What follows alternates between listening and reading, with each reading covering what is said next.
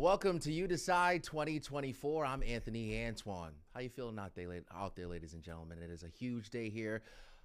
If you're registered to vote, this is the day you're heading to the polls, right? Everyone's going to be making a decision here who they would like to see lead this country forward here for the next 4 years. The presidential debate has been one that we have continued to see be very contentious between former President Donald Trump and Vice President Kamala Harris. The former president looking to get back into the White House here after being defeated by President Joe Biden in 2020. Vice President Kamala Harris making a bit of history of her own, only really having about 100 days here to campaign after Joe Biden decided to step out of the race and then she was put forward. So these are the two candidates here on the national stage that folks will be voting for at the top of the ballot. But there are lots of things to talk about when it comes to this election in terms of the Senate race up for grabs, not to mention the House of Representatives. And we have several folks here throughout the state of Texas that will be looking to hold those positions. And we have crews all over here for you today in the field. We have our Tom Ziska in Dallas following the All Red Camp, Sherman DeSalle with Ted Cruz. Not to mention we have crews at various polling locations in Montgomery County, Fort Bend County, and of course here in Harris County.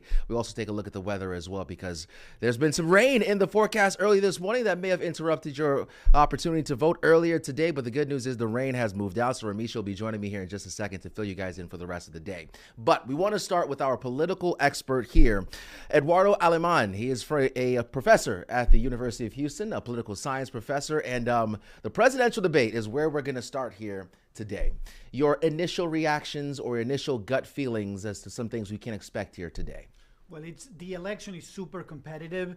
We haven't seen this in a while. All the forecasts show there's really a tie there. Yeah. So it's going to be a long night, I think. It's going to be a long night. It's an historic election. If Kamala Harris wins, it's going to be the first woman president in the United States.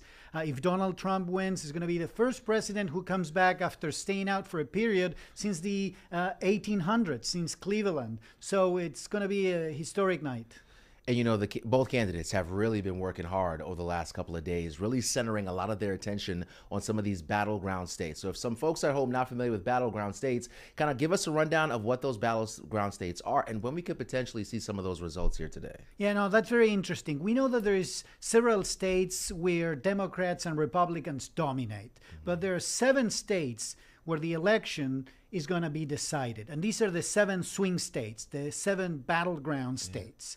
Okay, the two that we're going to know results first are going to be in the East Coast. These are North Carolina and Georgia, right? Then we go into the Rust Belt. We have 3 states there. We have Pennsylvania, Wisconsin, and Michigan. We're going to know the results there a little bit later, probably by tomorrow, if it's really competitive. We may know the results by tomorrow at noon, tomorrow afternoon. And finally, okay, we have Arizona and Nevada, okay? Presumably, each candidate would get one of those states. We don't know. They're very competitive too. They may decide the election, but those are coming late. And those have a very cumbersome way of counting votes. So we may not find out who won in those states for a few days. Yeah, and that's because some of these states have different election laws in place on a local level. So like I know some states like Pennsylvania, they can't actually open even mail-in ballots to kind of prep them until the day of the election here today. So that adds some time to that process as well. That's correct. All right. So now we're talking about the candidates, and they were in Pittsburgh. I know both candidates had made several stops in Pennsylvania yesterday. Do you get the sense that Pennsylvania will kind of be the state that holds the key to 270 for either candidate? Or what state do you think you're going to really lean on? That's very likely. And the reason is that Pennsylvania has the most seats in the Electoral College. Of these 7 states that we've been discussing, Pennsylvania is the most important. For instance, if Donald Trump wins Georgia and North Carolina, as many expect, he would just need Pennsylvania to make it, right? So Pennsylvania is a key state. The most likely scenario, if Kamala Harris wins the presidency, is winning Michigan, Wisconsin, and Pennsylvania. So in the most likely scenario for both candidates, Pennsylvania is crucial. It could be that a candidate may win, losing Pennsylvania, but it's going to be very rare. So that's the state that everybody's going to be looking at. And when VP Harris was in Pennsylvania yesterday, she made a stop at a Puerto Rican restaurant in Reading, Pennsylvania. And Puerto Rico has been the center of some conversation here over the last couple of days after that rally at Madison Square Garden that former President Donald Trump had.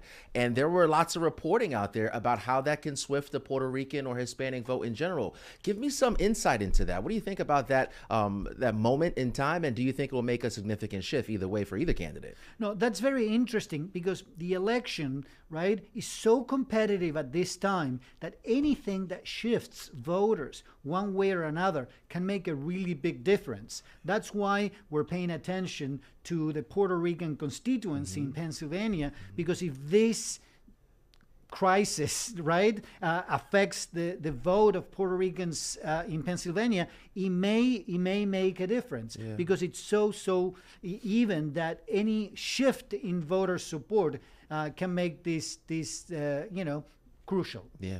And former President Donald Trump, inflation, the economy, protecting the border, some really solid topics to run on for any candidate. Give us a review or your idea or what do you think about the race he's been running so far on those issues? Because those are issues that affect everyday people when it comes to how much money they spend at the grocery store. Yeah, no, it's super interesting because without a doubt, Donald Trump has been running on the economy and immigration. Those are the two big topics. It is also the topic that many Americans are most concerned with, the economy. And particularly, let's say, the Hispanic voters, that may be crucial in this election, right? So the economy is very important. Now, the truth is that the latest information we have about the economy in the U.S. paints actually a pretty good picture, particularly if we compare it with other developed countries in, let's say, Western Europe or other parts of the world. Inflation has come down quite a lot. The economy is growing. Unemployment is low. However, it may be too late because in the prior few years, inflation has been high. It affected pocketbook issues among many Americans, and people have the feeling that all of their bills have gone up, but their wages have not gone up enough. And I think that has many people concerned about the direction of the government, and it favors the Republican candidate. Yeah. And now what is favoring the Democratic candidate, at least in some of the polling we've seen, is the mobilization of women following the overturning of Roe v. Wade by the Supreme Court. Talk about that platform and how it's mobilizing women voters to the polls. That's another historic difference from this contest compared to previous ones, the gender difference. We see a huge disparity in vote intention between men and women, something that has arrived to the levels of something that is completely unique. Several points here. It's clear that women are favoring candidate Kamala Harris, whereas men are favoring, particularly young men, seem to be favoring Donald Trump. And that's one of the, I would say, three main differences among the electorate. One is that one. The other one appears to be whether someone is college educated or not. You've probably seen that a lot in the news. Okay, that's another big difference between the supporters of these two candidates. But gender is really a big one. And that's why a lot of people are talking about whether women or men are going to turn out to vote at a higher rate, and that could decide the election. I mean, we've already seen historic early voter numbers, whether it be mail-in ballots or early voting, historic numbers there. I could only assume that we're going to see some more historic numbers coming out today as same-day voting. I do want to touch on the Senate here locally because very big race, Senator Ted Cruz against Representative Colin Allred. This has also been for Allred, it goes without saying, this is going to be an uphill climb for him. A Democrat hasn't held this seat in decades. Yes. So talk about the race he's run so far, and what do you think are some of the areas that he was successful at to potentially sneak out or pull out a win here? Well, I would say that Senator Cruz has been relatively vulnerable, but he's been able to pull it off, right, in the last election. And Allred has been able to make some inroads with different constituencies, reminding voters of, the famous Cruz trip to Mexico, right, in the middle of our bad weather, and things of that sort have helped him. Cruz is not as popular, as other Senate candidates in Texas before, and it's the only, this is important, it's the only really vulnerable seat for the Republicans in the Senate elections. The Republicans are favored to win the Senate, and that's because we have 34 open seats in the Senate, of which only 11 are Republican-held seats. So the Republicans have a big chance of winning the Senate, but Cruz may be the weak link there. So everybody's paying attention to see what happens in Texas.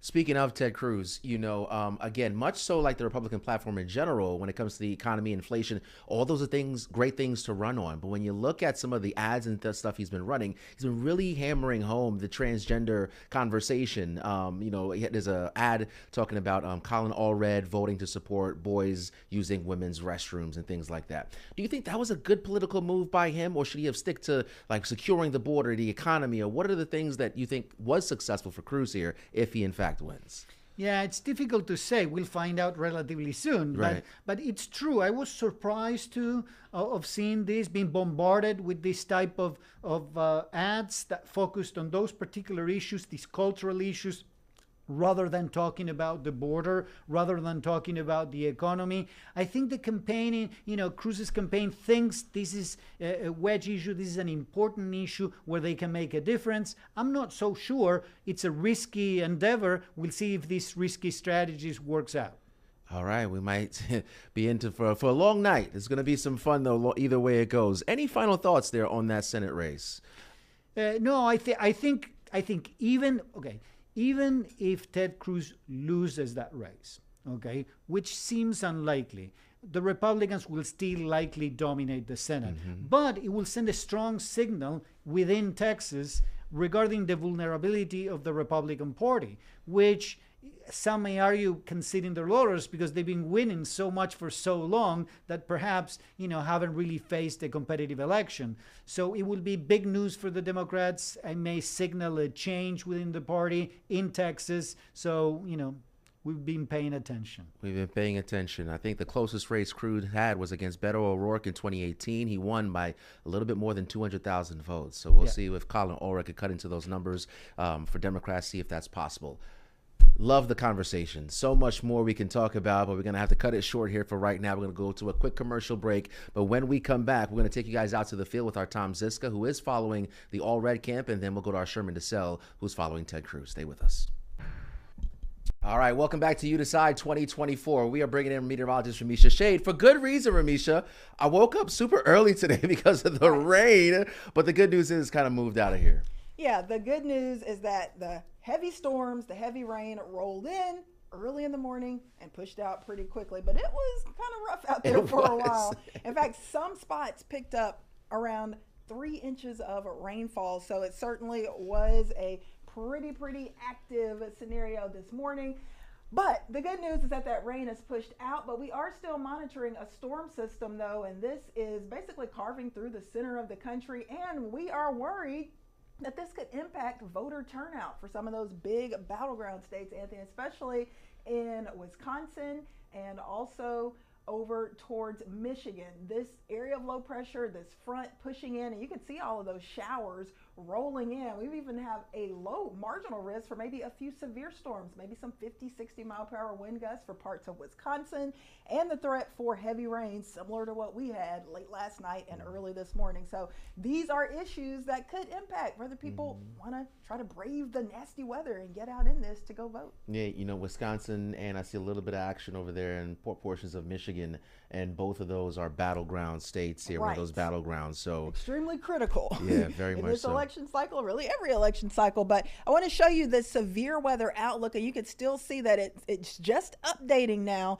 So the area with the severe threat getting a little bit smaller, but it still impacts areas just south of Green Bay, Madison, Wisconsin, and now down into Milwaukee, Wisconsin. Of course, that's a huge area. So we're talking about the threat for severe weather. And usually what do we tell people? If the weather is severe, try to stay inside and not get out. But, people want to get out to vote. So hopefully things don't get really bad here, but there is the potential for that heavy rain there and also maybe some strong gusty wind and some hail. As far as temps, we're looking at 60s for highs, rain and storms, windy also. So wind gusts around 25 miles per hour for people having to wait in long lines. So just not the best situation. I think out of all of our battleground states for today, of course, Wisconsin and also Michigan dealing with the worst of the weather. All right, so here's what we're looking at for voting in Michigan for your election day. Basically, we've got a few showers across the central and southern portion of Michigan, but look at the upper peninsula of Michigan up towards Sault Ste. Marie. A ton of rain up there with that front just stalled over the area. So windy and rainy at times. Rain will likely be on the lighter side, but overall, it's just not the best scenario for people getting out to vote. We're trying to urge people to get out to vote. Make your voice heard, but sometimes Mother Nature just does not cooperate. So voting in Michigan today, looking a bit wet. This is our model data showing that heavier rain at times moving through Alpena, Traverse City, even down towards Grand Rapids, Lansing, Detroit. Temps in the 50s and 60s, but of course this is Michigan, so they're used to this type of weather this time of year. Definitely jacket weather, but this is not extreme for Michigan, but the wind and the rain, yes, could cause some issues. So certainly we are monitoring the risk for that. So overall, I think, like I said, those are going to be the two states with the worst of the weather. However, as we push over into Nevada, voting in Nevada for our Election Day Tuesday, looking great here. Mostly sunny, nice bright skies, great weather for voting, highs in the 60s, so pleasant. And also no severe extreme weather to worry about here in Nevada. All right, let's head over to Arizona for our Election Day weather. You can see there's a front pushing across the northern portion of the state, but it's going to come through mainly dry. So we're talking about limited clouds, plenty of sunshine, dry weather, a little cool up north, temps in the 60s to low 70s though for the afternoon hours. So we're looking pretty good. Like I said, over towards Georgia, things are not looking crazy. Weather looks quiet, but Wisconsin, Michigan, the two areas where we may have some issues with people trying to get out. The weather may be hindering that voter turnout today. And we were just talking about earlier with Professor Alemani. He was mentioning that Wisconsin and Michigan, those would be two of the states that Vice President Kamala Harris would kind of have to win, or the more likely state she needs to in her camp if she would like to become president. But either way, thank you so much, Ramisha. We appreciate you. I'm on it. As always. Keep you updated. If I see anything crazy, I'm going to jump back in. But like I said, at least our weather here, improving 1 to 3 inches of rain for parts of the area early this morning, especially north of Houston, even a few severe thunderstorm warnings. But all of that is cleared out. You know what? I was driving into work. Beautiful, bright sunshine. It was. So I was like, yes, the early part of Election Day was a little dicey, but things are looking great out there. It's okay. You guys can hopefully find time out there to go get that done. All right, Misha, thank you so much. And we'll be right back after this.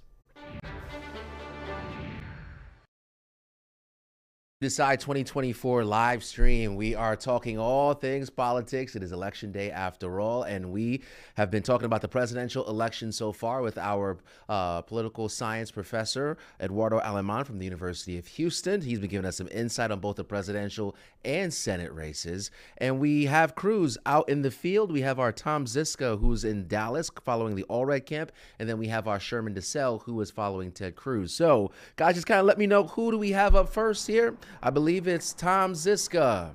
Tom, good afternoon. Anthony, good afternoon to you from Dallas, as you noted. So the Colin Allred campaign, it was about 18 months ago that Congressman currently Allred announced his intent to challenge Ted Cruz for the Senate seat, the junior Senate seat from Texas, and his effort to become the first Democrat elected senator from this state since Lloyd Benson in 1988, 36 years ago. So he is using every available opportunity to continue his campaign even on this election day. It was just a couple of hours ago. He was here at the Dallas County Democratic headquarters. He was urging on phone bank workers who were calling on his behalf, and Vice President Kamala Harris and the Walz campaign. Also, some get out the vote walkers who were about to head out and go knock on doors and get people to the polls who had not been already.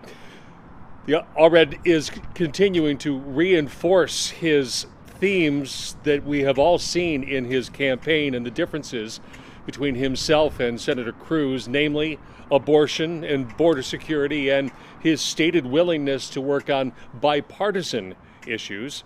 But as many people have noted, from the national level to here in Texas, this has been a strident, negative, combative campaign.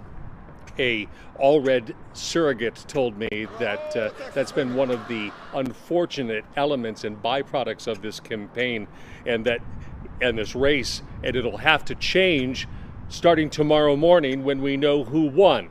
Speaking of that, voters are at the polls. It is their turn to be heard. The candidates have had their say, and we will be with the Allred campaign as those returns start coming in once the polls close here in Texas and Dallas later tonight. In Dallas, I'm Tom Ziska, Fox 26 News. Anthony, back to you. All right. Tom, thank you so much. All right, guys, I'm getting feedback in my ear, so we can kind of kill that. Thank you so much. All right, so let's bring it back in the studio here. Tom Ziska in Dallas for us, bringing us the update there from the Allred camps. I want to bring back in really quickly here Eduardo Aleman, professor at the University of Houston, political science professor at the University of Houston. So essentially, Tom was talking about how, again, this is an uphill climb here for Allred, looking to become the first Democrat to do this in 3 decades, I believe it is. So, but he's been trying Allred to at least position himself as somewhat as a centrist type of candidate. Was that a smart move for him? I think it was, especially in Texas. Now, he's going to rely on high turnout in the big cities of Texas, right? So his base of support is going to be in places like Houston, like Dallas, like Austin, right? And doing a fairly okay, job in the more rural districts. Mm-hmm. But what Allred needs to win is to have an unusually large turnout in areas that are considered strongholds of the Democratic Party in the state of Texas, which is not going to be easy. But if he wins, that's what's going to make the difference. Yeah, and that's why Tom was just talking about those door knockers and people phone banging for Allred here even today, trying to get the vote out. All right, now we want to go to our Sherman DeSalle. He's with Senator Ted Cruz's camp. Senator Ted Cruz has been in this position now, looking to seek his third 6-year term as the senator here of Texas, one of the 2 senators, I should say, in Texas. So let's send it out to our Sherman DeSalle, who is live for us with the Ted Cruz camp. Hey, good evening or good afternoon, Anthony. But I'm going to actually take my earpiece out because we're having a little technical issues here, a little audio issues. Not quite sure of everything Tom Ziska said. So for the sake of not sounding redundant, we're just talking about the fact that this is a key race in D.C. and in Texas. And we're talking about a senator who's looking for his 3rd term. We're talking about a senator, an incumbent, who has a strong political backing, not just in the state of Texas, but in D.C. and within the GOP. The polling shows this race pretty tight, and we've already talked about the fact that his opponent, Colin Allred, has an uphill battle to climb. But an indication of just how important this race is, especially in Texas, is that both of the frontrunners in the presidential race have made their visits to the state of Texas in the last couple of weeks in the final days of this push for this election. It's one of the most expensive Senate races. More than $80 million have been raised between these 2 men. Let's talk a little bit about Senator Ted Cruz. For those who may not be familiar, prior to his time in Senate, he served as a policy advisor for the then Governor George W. Bush. Then he served in the Department of Justice, and then for Texas as a state solicitor general.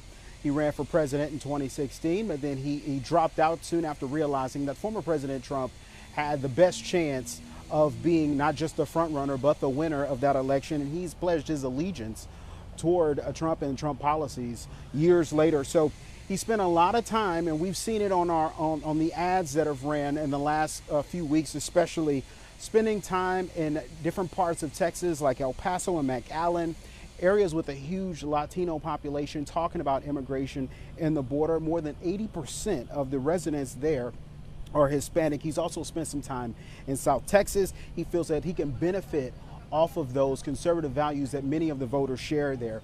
So we're in front of the Marriott Marquis, where we've been told that Senator Ted Cruz's watch party will be here We'll be able to go in within the next few hours to set up. In the meantime, we're just seeing people starting to trickle in a little bit. Not a huge presence, definitely, in hopes that everyone is just busy getting out into the polls and voting for this very important election. I'll send it back to you guys. All right, our Sherman DeSalle with the Senator Cruz's camp, and this is really the calm before the storm, as Sherman just put it so eloquently. You know, we're going to be watching all the camps and the movers and the shakers, because there's people out there still looking to phone bank to get people out to vote, people still knocking on doors as well. So the activity is happening right now, but we will, of course, know, at least I believe in the Senate race, we should have a better idea tonight, potentially, about who will hold that seat. So let's bring it back here into the studio, because I want to get some more perspective here from Professor Aleman. So Sherman, talking about the history of Ted Cruz, what he's done, but one of the things he just mentioned is that Senator Cruz has spent a lot of time with some of these border communities. And, you know, as a Republican platform as a whole, you know, former President Trump talks about mass deportation and border security, and Cruz also talking about border security. And that's an issue that's very important to folks living in some of those border communities. And how has that been going over? Well, it's an issue that's very important to many in Texas. It's an issue in which I think Ted Cruz has some advantage over his competitor. But as you mentioned before, it's not an issue that he emphasized too much in the ads that we've been watching so often lately. However, I think Cruz is the front runner. I think Cruz is going to be benefited from a high turnout in favor of Donald Trump. And we are likely to see some of that here in Texas. And a high turnout for Donald Trump is going to be favorable to Cruz, so he may be able to retain his seat with a, you know, with a share of the votes that is just not as close as it was a few years ago, as you were mentioning earlier. So I think he's doing well, and I think it's a good strategy to go to the border and talk about immigration, because it's something that affects a lot of those folks that live close to the border, and it may be something that can make a difference in his favor. Yeah. Really something Sherman just touched on too, the amount of money spent here. We're seeing just like an insane amount of money, and even the Democratic National Party pumping some of those dollars in. I think the number is like north of 150 million collectively as a whole.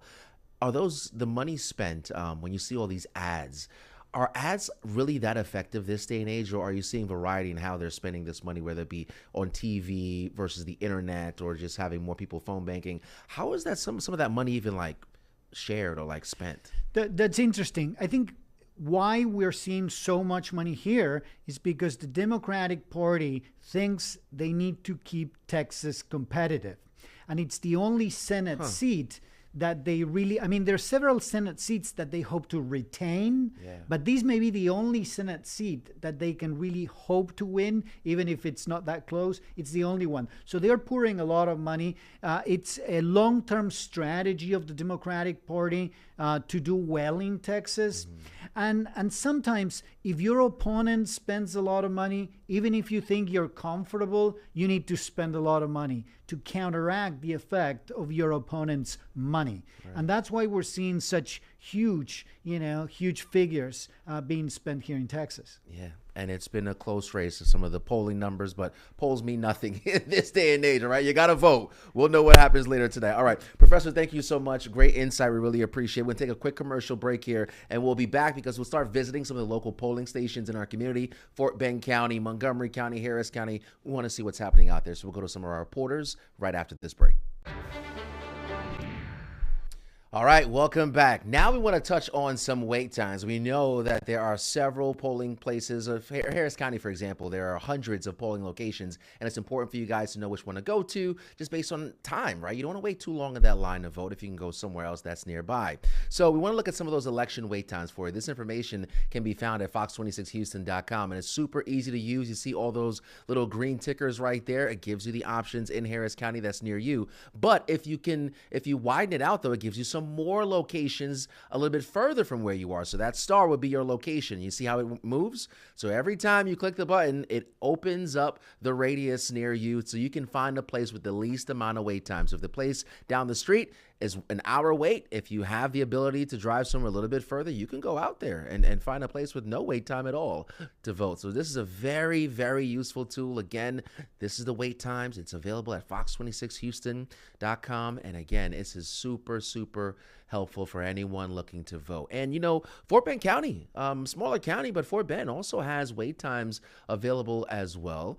This is on the website. We're going to try to get this back up. We seem to have a little bit of issues with that one, but it's working. So you guys can check wait times there in Fort Bend County, but this is back in Harris County. And, you know, it goes all the way out, right? We are this area. We're just outside of the Beltway or near the Beltway here. So right outside the Beltway. So this is a really huge county. I mean, Harris County is the third largest county in the country, the largest county here in the state. So there's a lot of people looking to vote here. And, you know, the good news is a lot of people have already voted early in this election. We've seen historic numbers, and we're going to see some more big numbers, I suspect, here today as well. So we want to get to the ground. We want to head to our Jade Fleury, who's in Stafford, which is in Fort Bend County, to give us an idea of what she's seeing out there, one of the many polling locations. Jade. Yeah, we're out here at Stafford City Hall, and the wait times have varied a bit. At the peak, I would say we saw about 50 people waiting in line, but at last check, when I just went in there, we saw about 20 people waiting, which is good. That means people are casting their ballots and going about their day, but there are some key races that we are keeping our eyes on. And topping the list in those races is the contest for Fort Bend County Sheriff. The incumbent Democrat Eric Fagan, who has held the position since 2021, is being challenged by Republican Marshall Slott. Fagan has a strong stance on community policing and maintaining public safety, while Slott, with his 30 years of law enforcement experience, is campaigning with a focus on traditional law enforcement values. And another significant race is the race for Fort Bend County Precinct 3 Commissioner. Here we have Democrat Terrell Patel, a former chief of staff for Fort Bend County and legislative staffer in the Texas House of Representatives. He's running on a platform emphasizing the importance of infrastructure, education, and economic growth. But however, Patel's campaign has faced some controversy with a criminal investigation leading into multiple indictments on charges of online harassment and impersonation. He allegedly created fake social media accounts to post racially insensitive comments about himself to gain sympathy and boost his campaign. But again, that's not stopping him from running. And his opponent, I should say, Republican Andy Myers, has been the incumbent since 1997. Myers is continuing to champion policies supportive of low taxes and business-friendly initiatives. And like always, we will give you guys the latest developments, voter turnout numbers, and election results as they come in. Reporting from Fort Bend County, Jade Fleury, Fox 26 News. All right, Jade, thank you so much. And I love the fact that Jade highlighted those two races happening there in Fort Bend County, the sheriff as well as the Precinct 3 commissioner, because on your ballot, you're not just voting for president and vice president. There are a lot of local races that have, to be honest, a more direct impact on you and your family and your neighbor in the community that you live in. So that's good that we're highlighting that. So we'll get back to Jade in just a second, but we also have our Leslie Delaspore, who is live for us here right now in Cypress. Leslie, good afternoon.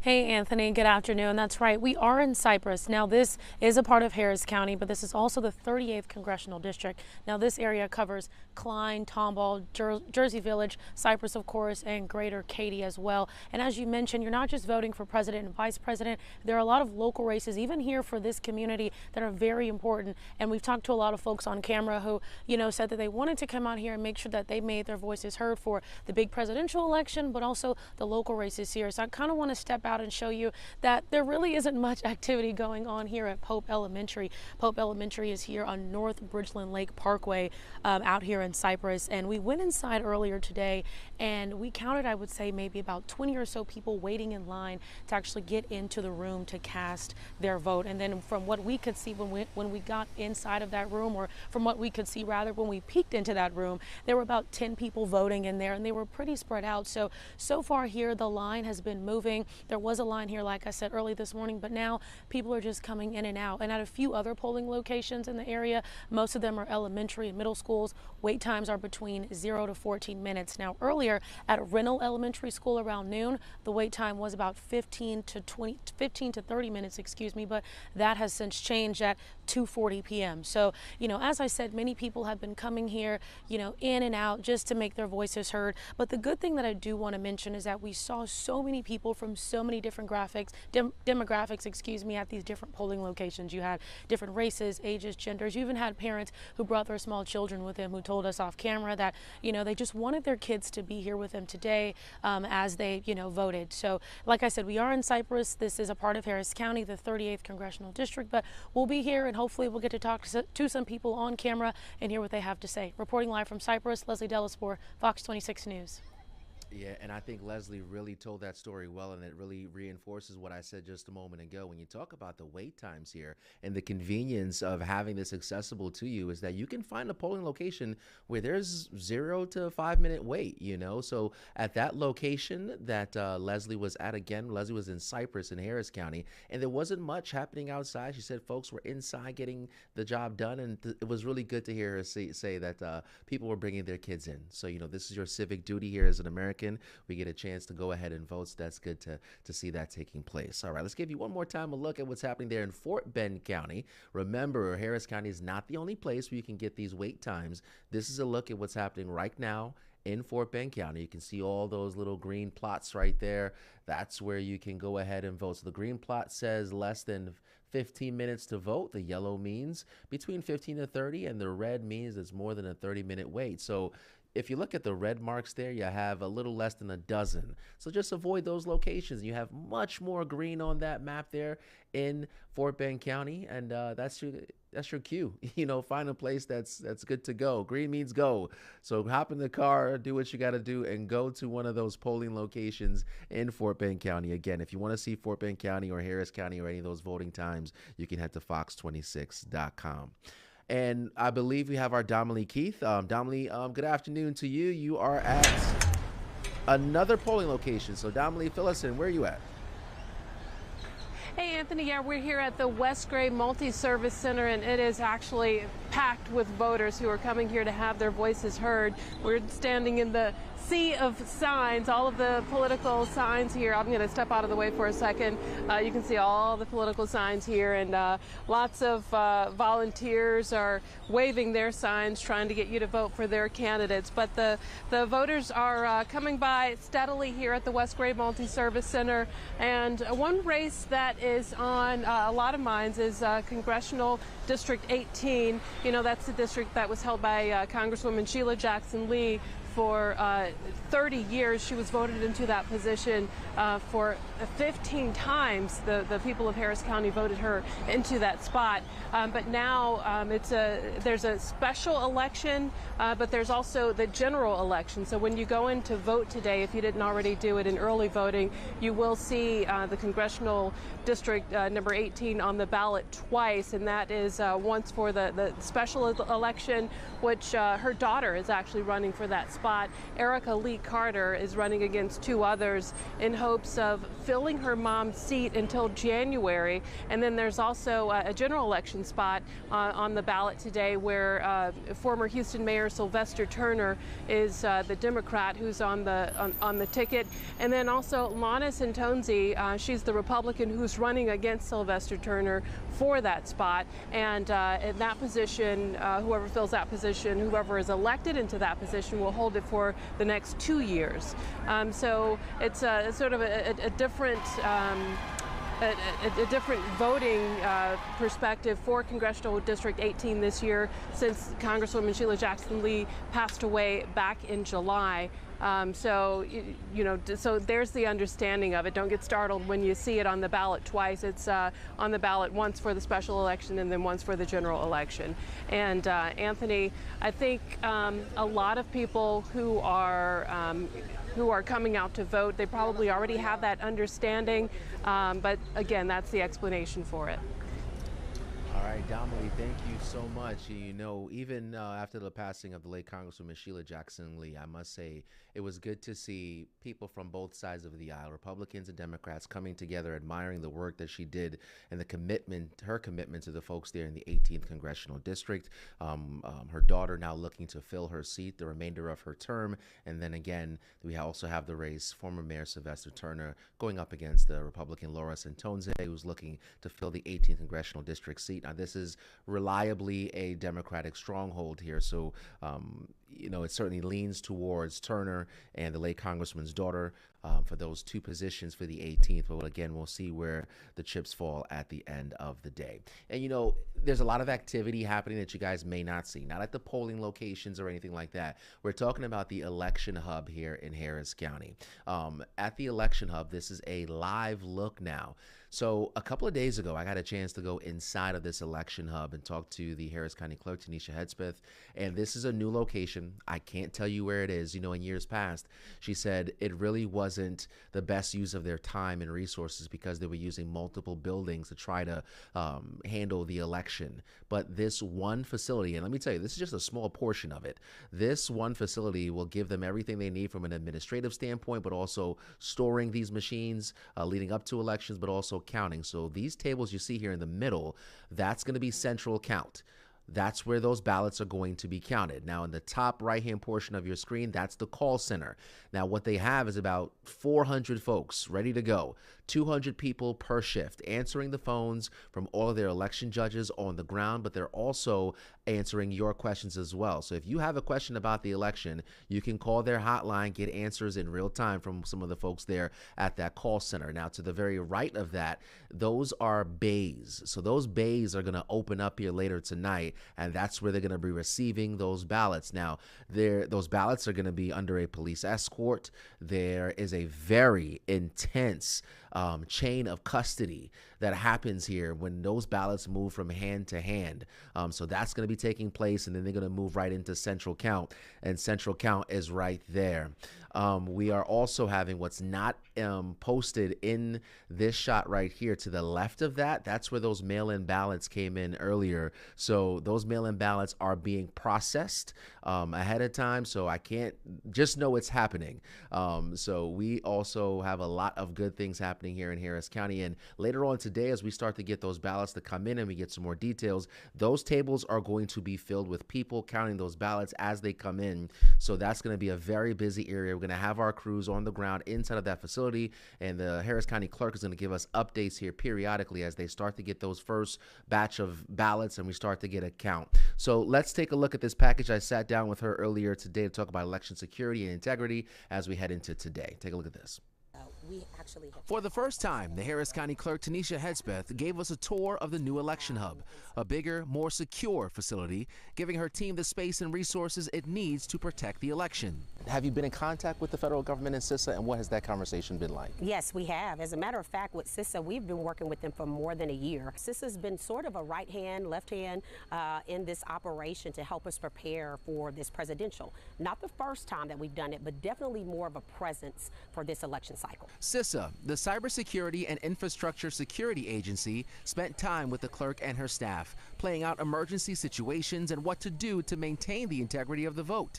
Jen Easterly, the director of CISA. One of the things that resources that we brought to bear over the last year are election security advisors. So we have 10 of these around the country, and these are former election officials. These are experts who work across the region and ensure that we have tailored resources to be able to provide full support to election officials to reduce risk. If the power goes out, and a good portion of the county is impacted by that, right? From a security standpoint, how do you play out those scenarios? Now, we have backup measures in place, but from a CISA perspective, they were able to kind of come in and give us some more ideas or other ways that we could prepare for that. Easterly says there are real threats from foreign adversaries that want to undermine our confidence in the election and divide the country by creating and sharing AI-doctored videos. A good amount of election day is just dispelling rumors. The clerk is actively dispelling social media rumors, claiming ballots with her initials on it are invalid. And the intelligence community has released several statements about fake videos and claims spreading on the internet. But there are also real physical threats of violence to election officials domestically. We will have many of our local and federal government agencies that will be here election night. Some have been here throughout early voting, supporting us in different ways as well. There is a clear, coordinated effort to protect election workers, the ballots, and the will of the American people. Have you been in contact with the federal government and CISA, and what has that? Really thanks to the Harris County clerk there for offering her time and insight into that. So we're going to get back out there to the election headquarters in Harris County in just a second. Our Abigail Dye is on the ground, but we'll take one more commercial break here, and then we'll go out to her. Stay with us. All right, welcome back to You Decide 2024. Now, before we went to that commercial break, you heard the conversation I had with Tanisha Hedspeth, the Harris County clerk, and we talked about the integrity and the security over there at their new location. We now have our Abigail Dye, who's over there at that location, joining us outside. Good afternoon, Abigail.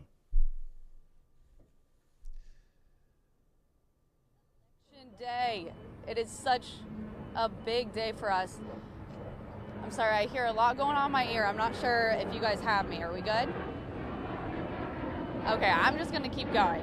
So yeah, we're out here at the election headquarters. This is really the hub for Harris County. Everything behind the scenes that happens tonight, it's going to happen at here or one of these other rally locations. We know our polls are open right now. They're closing at 7 p.m. And so once the polls close, that's when this place really starts buzzing. We're outside right now because we'll be let in just a little bit later when, you know, the action starts to happen.